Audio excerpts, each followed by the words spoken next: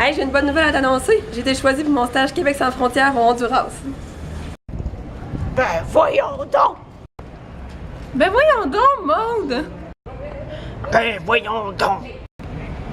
Ben voyons donc!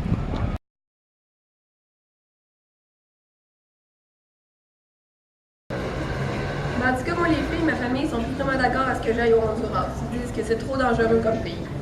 Moi, mon père il est arrivé avec des statistiques comme quoi le Honduras, c'est le pays le plus dangereux au monde. Ah ouais, moi, ma mère en apporte des articles de journaux pour me convaincre de ne pas y aller.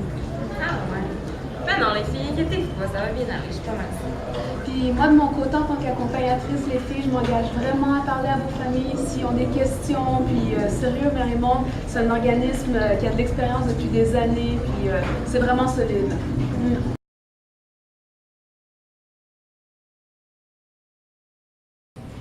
Bon les filles, moi ce que je veux savoir aujourd'hui, c'est qu'est-ce que vous retenez après 2 jours là au Honduras? Qu'est-ce qui vous vient en tête là? On fait un comment ça va?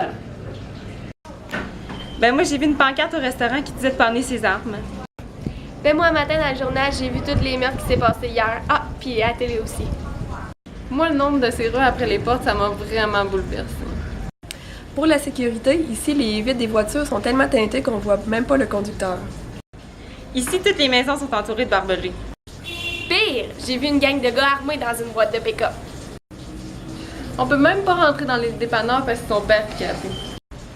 Avant notre départ, on a même dû changer de région à cause de problèmes de gangs de rue. Puis l'armée, ici, ils sont partout.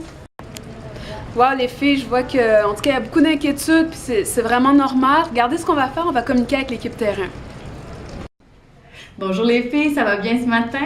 Annie m'a fait part de vos inquiétudes. Vous avez eu une première journée un petit peu chamboulée, un petit peu mouvementée. Vous avez eu beaucoup d'observations au sujet de l'insécurité qu'on vit ici au Honduras. Donc, en effet, peut-être mon désir ce matin, c'est de vous rassurer, de vous expliquer comment on fonctionne à Marie-Monde pour assurer votre sécurité. Vous avez raison, le Honduras, c'est pas un pays c'est pas une réalité comme celle du Québec. On peut pas vivre de la même façon, on peut pas se permettre la même liberté qu'on se permet quand on est au Québec. Mais ici à Marie-Monde, en fait, justement, notre rôle, Abraham et moi, comme coordonnateur terrain, c'est de s'assurer, entre autres, de votre sécurité. Donc, ce qu'on fait pour ça, pour s'assurer de votre sécurité, c'est entre autres, d'abord, vous connaissez les règles. On a des règles de sécurité très strictes qu'on va exiger que vous respectiez. Mais aussi, on fait des sélections, on choisit des milieux de vie, des milieux de stage qu'on considère sécuritaires. Par exemple, vos familles ont été sélectionnées rigoureusement. Ensuite, elles ont été formées, préparées pour vous recevoir.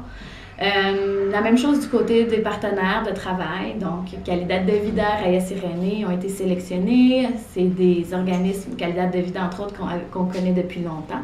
On sait qu'ils travaillent bien, qu'ils ont des règles de sécurité à respecter, puis qui vont vous emmener dans des endroits seulement lorsqu'ils considèrent que c'est sécuritaire et qu'ils sont capables eux-mêmes d'assurer votre sécurité à vous pendant le séjour ou pendant votre travail. Donc, déjà, il y a toute une première sélection qui se fait par rapport à ce que vous allez faire sur le terrain. Puis ensuite, Abraham et moi, on est toujours là si jamais il arrivait des urgences ou si jamais on s'aperçoit que dans le pays, la situation change, devient un petit peu plus intense, on est là pour réagir.